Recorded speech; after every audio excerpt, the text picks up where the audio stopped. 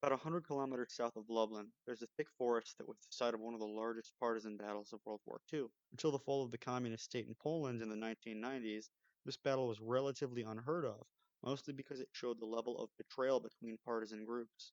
To start with, partisans used a relatively new tactic of warfare. Some groups stayed in permanent camps, but in many of the occupied zones simply engaged the Nazis in civilian clothes and then retreated to their homes as if nothing had ever happened. This state of affairs led towards there being many areas where villages were saturated with partisans. Some of these partisans had different ideologies, and sometimes they clashed among themselves.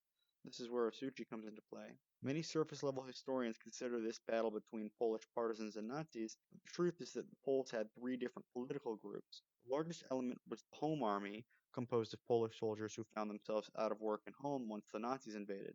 Alongside them was Armia Ludowa, a rival partisan group that was aiming to establish a communist state. Finally, there were some elements of the Osuchy battalion, a rather odd centrist or moderate left-leaning partisan outfit that formed from the Agrarian People's Party. Peppered in the mix were Soviet advisors and partisans from the Soviet territories.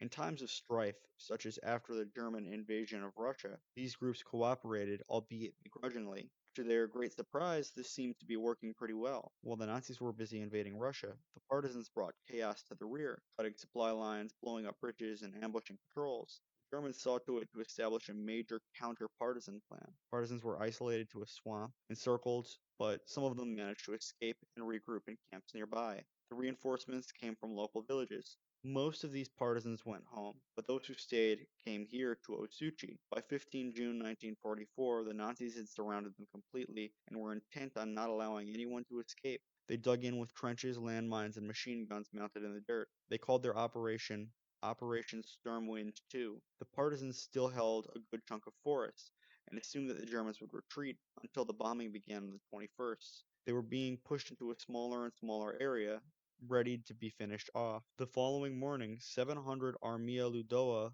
communist partisans betrayed their Polish brothers and made a mad dash for freedom. The day after, Soviet partisans tried the same, but failed entirely. By now, the Polish and Soviet communists remaining were not communicating with the regular Polish underground army, who numbered about 550. All were confined to an area of roughly 6 kilometers by 4. The commander of the partisans had a mental breakdown, transferring command before shooting himself in the head. There were a number of other attempts to break the encirclement, but no real success. Eventually, all the partisans were captured or killed. Some remembered Osuchy after they were liberated from the camps, but most kept silent for one reason or another. The communists knew it would show them in a bad light, while the Home Army members were traditionally killed by the communists after the war. One must remember, the invasion of Poland was done jointly by the Nazis and the Soviets at the same time. Soviets won the war, ousting the original Polish army.